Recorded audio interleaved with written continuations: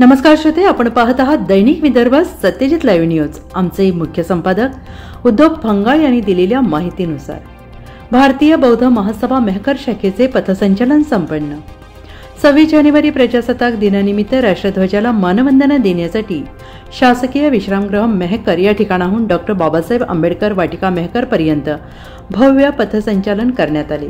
सैनिकांमध्ये पुरुष सैनिक व महिला सैनिक यांनी सहभाग नोंदवला। सर्व सैनिक समता सैनिक दलाच्या गणवेशात उपस्थित होते। डॉ. बाबासाहेब आंबेडकर वाटिकेमध्ये भारतीय बौद्ध महासभेचे जिल्हाध्यक्ष आदरणीय नल खंडारे यांच्या हस्ते पुतळ्याला पुष्पहार घालून मानवंदना देण्यात आली।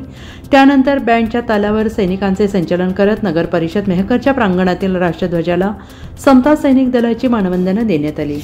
भारतीय बौद्ध महासभेचे समता सैनिक दलाचे major Suresh Pawar, division officer आदरणीय रमेश खिल्लारे, तसेच जिल्हा कोषाध्यक्ष आदरणीय पी वाकोडे, तालुका संघटक आदरणीय तुसी गवई, आदरणीय पी वाकोडे, उपाध्यक्ष पर्यटन आदरणीय SD वाघमारे, तालुका सचिव आदरणीय संतोष अवसरमल, तालुका उपाध्यक्ष संतोष शिरसाट, तालुका सचिव दिनकर घेवंदे, लोणी गवळी ग्राम शाखा अध्यक्ष विजय कांबळे, तसेच तालुका सरचिटणीस आदरणीय किरण ताजने, भीमराव बोरकर, बाजीराव खंडारी, तालुका उपाध्यक्ष आयुष्यमती नी सुलभाताई खिल्लारे, गोकर्णताई मोरे, साधना भालेराव व शेलगाव देशमुख, लोणी गवळी, घाटबोरी, जुनाना, विश्वी बेलगाव, नायगाव, गावंढाळा, वरुड, बारडा, गोमेधर, मुंदेफळ, लोणार, सावत्रा, लोणीकाळे, देऊळगाव, साकर्शा विविध गावांमधून सैनिक उत्साहाने सहभागी झाले होते।